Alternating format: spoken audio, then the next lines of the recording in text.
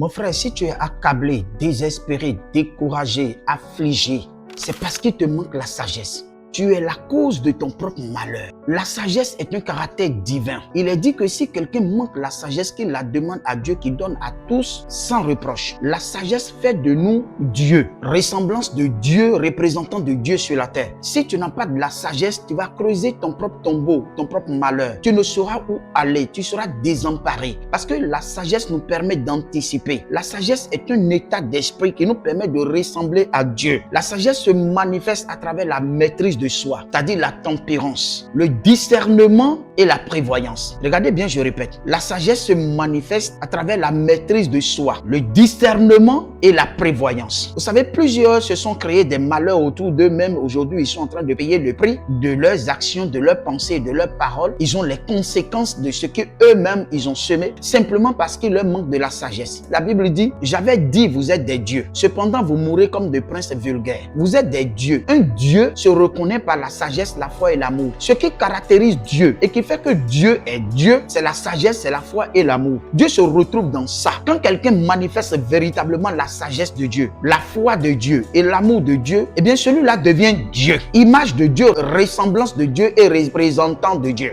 Pour devenir image de Dieu, ressemblance de Dieu et représentant de Dieu, il faut simplement avoir de la sagesse, la foi et l'amour. La sagesse devient donc cet état d'esprit qui nous permet de nous maîtriser devant des situations. Si tu ne peux pas te maîtriser devant les situations qui se présentent à toi, que ce soit des situations heureuses comme malheureuses, des événements peu orthodoxes, peu catholiques qui se manifestent et qui se présentent devant toi, si tu ne peux pas te maîtriser, fermer ta bouche, te concentrer et que tu es emporté, désemparé devant les situations, tu manques de sagesse. Tu es en train de créer des problèmes pour toi-même dans l'avenir. En deuxième, si tu n'as pas le discernement, la capacité à discerner entre le bien et le mal, entre le bon et le mauvais, entre ce qui est juste et ce qui est injuste, si tu ne peux pas discerner les propos, tes compagnons, tu ne peux pas sélectionner dans les choses, eh bien tu n'es pas image de Dieu. Ça veut dire que tu es ton propre malheur toi-même. Tu es en train d'aller là où tu ne dois pas être. La sagesse nous empêche d'être dans le mauvais endroit au mauvais moment. Parce que la sagesse incarne le discernement des choses, le discernement des esprits, le discernement des propos et des événements. Si tu n'as pas la sagesse, tu ne peux pas discerner. Et enfin, la sagesse nous permet d'avoir de la prévoyance. Vous avez 50 000 aujourd'hui, demain matin, vous avez tout gaspillé. Oubliant que dans 2 jours, dans une semaine, dans 2 semaines, vous aurez une opportunité qui va peut-être vous rapporter plus à partir des 50 000. Vous n'avez pas de la prévoyance. Vous vivez pour aujourd'hui. Mangeons et buvons car demain nous mourrons. Votre vie se termine toujours aujourd'hui parce que vous vous basez sur le verset qui dit le lendemain prendra soin de vous-même. Et à votre grande surprise, le lendemain n'a pas pris soin de lui-même. La Bible dit que la sagesse permet à une personne de voir le malheur de loin et se cache. Si le lendemain doit prendre soin de lui-même, où est la prévoyance? Si vous ne prévoyez pas, vous n'anticipez pas sur l'avenir, vous allez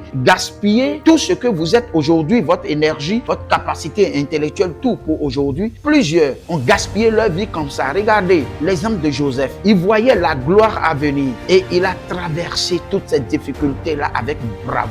Lorsqu'on manque de sagesse, on fait les choses à tort et à travers. Je vous explique maintenant la source de la sagesse. L'apôtre Paul a dit dans 1 Corinthiens 2, verset 7. Il dit, nous prêchons la sagesse mystérieuse. Vous voyez un peu? Pour dire que la sagesse est l'incarnation même de la personne de Christ en nous. Ce que l'apôtre Paul a toujours prêché, c'est la sagesse, c'est le Christ, la personne de Christ. Lorsque vous l'avez en vous-même, vous êtes dégagé de tous les mouvements, de toutes les manifestations cérémonielles, traditionnelles, religieuses. La personne de Christ en vous est donc l'incarnation de la sagesse et vous permet de vivre une vie en adéquation avec Dieu. Vous marchez selon la volonté de Dieu. Si vous avez la sagesse véritable, la sagesse de Dieu, qui n'est pas la sagesse humaine, charnelle, diabolique, et que vous avez la sagesse de Dieu, votre place n'est pas dans une assemblée, votre place n'est pas dans une communauté, votre place est dans une relation avec Dieu qui vous permet d'aider la communauté à être éclairée, à être éveillée. Vous ne participez pas à des cultes traditionnels, chanter par ici, danser par ici, taper par là-bas, donner par ici. Ces choses-là sont typiquement religieuses. Vous n'avez pas votre place dans ces choses-là. Vous êtes donc devenu un élément à l'instar de Christ et des apôtres de Jésus-Christ